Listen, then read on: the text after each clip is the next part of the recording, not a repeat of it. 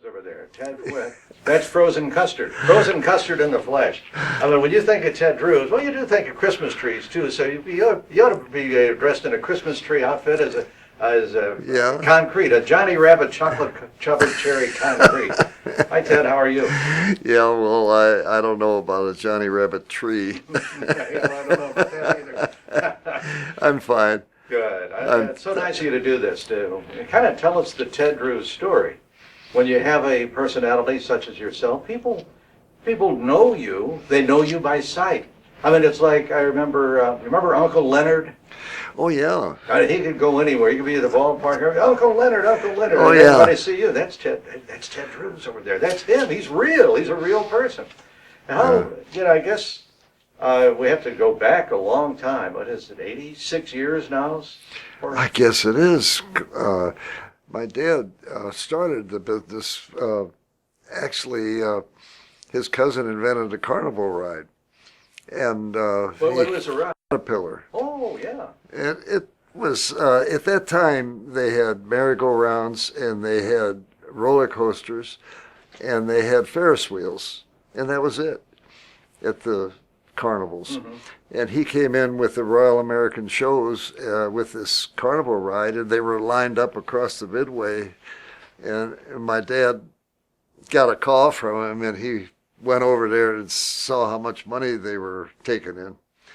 And Jim Whiteley, his name was, and he said, last week, his wife was with him, last week we took in $3,000, and my dad went, what? At that time, factory wages were more like $40 a week. Wow, and so, a week. Oh my God. And so my dad, he said, gee, I wish I could figure out a way to make money like that. At that time, he was a tennis champion of sorts. He was known as the poor man's national tennis champ. And that's because there was no money in tennis. And so he was an amateur. Mm-hmm. And he had won the National Public Parks tournaments 4 years in a row, so he was the poor man's national champion, so to speak. And but there was no money in it. So his cousin said, well, have you ever heard of frozen custard? No. What's that? He says, well, it's like soft ice cream. You need a special machine. And Dad said, well, gee, I wonder, he said, there's nothing like that at the carnival. And he said, out in New York, where I come from, it's all the rage. Everybody's opening up frozen custard stands. He lived near Niagara Falls, which was a big tourist trap at that time. And well, it still is.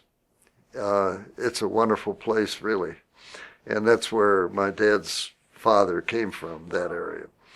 And so, gee, I wonder where you could get one of those custard machines. And Jim said, well, I know the place up in Illinois where they're making them. And so Dad went up there and picked up a frozen custard machine, and the next week he was gone.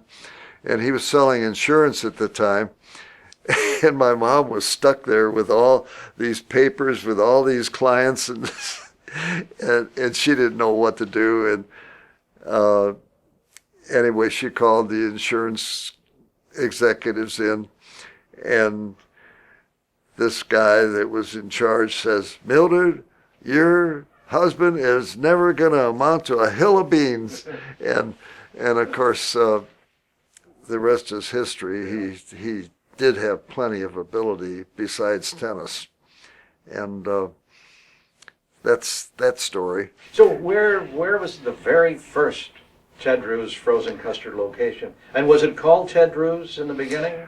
Yeah, I think he felt like he had a prominent name. Mm-hmm. And so instead of calling it Dairy Fizz or whatever, instead of giving it a tricky name, he just called it Ted Drews frozen custard. Like Museum and Biggies, Yeah, I don't think his name was as famous as maybe you would think it was.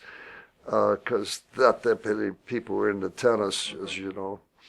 But there was a funny story about how he got the money to go out and buy this custard machine. How much money did he need? Well, I don't really know how much the machine cost, but he was playing a doubles tournament with his best friend Ed Serrano, and they were good. They Now, what year was that, Ted? 1929, 29, okay.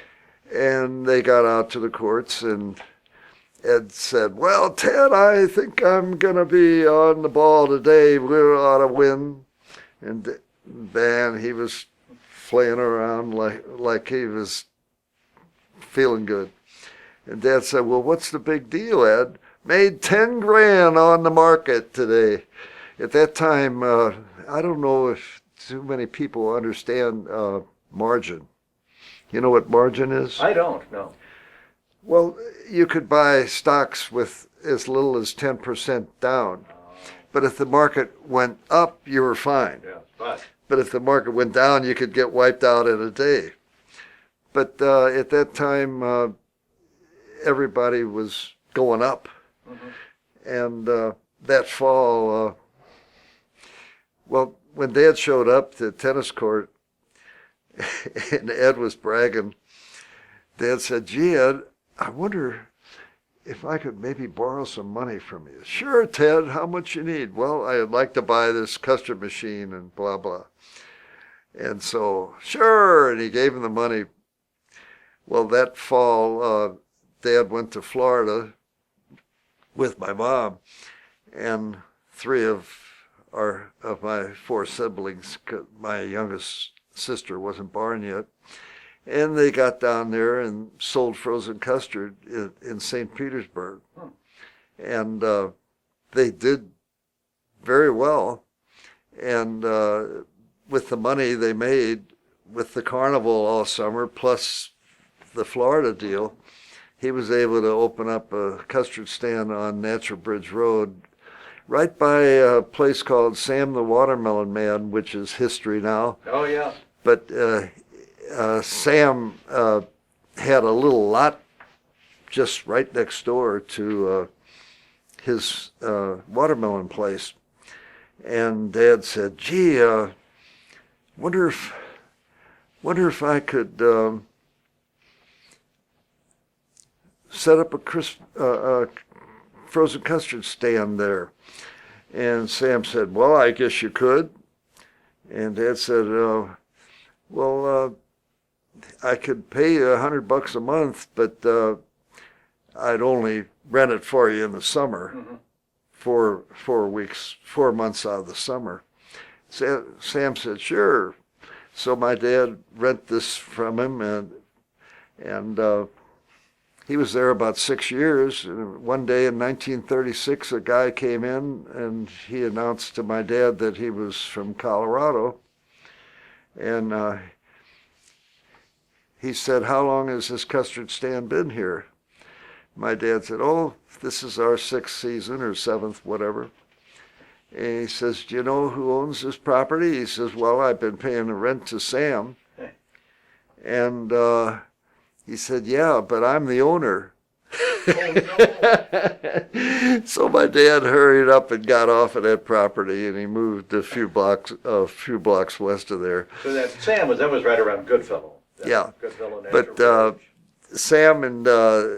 Sam had many a laugh over that one. I can imagine. But nobody ever got sued over it. And then where was the next location? Well, it was just a few blocks west of there. Could be Pine Lawn? Yeah, in Pine Lawn. It was right on the city line. And then we were there till 1947, at which point he moved to Normandy. He lost that location. He was always just paying summer rent.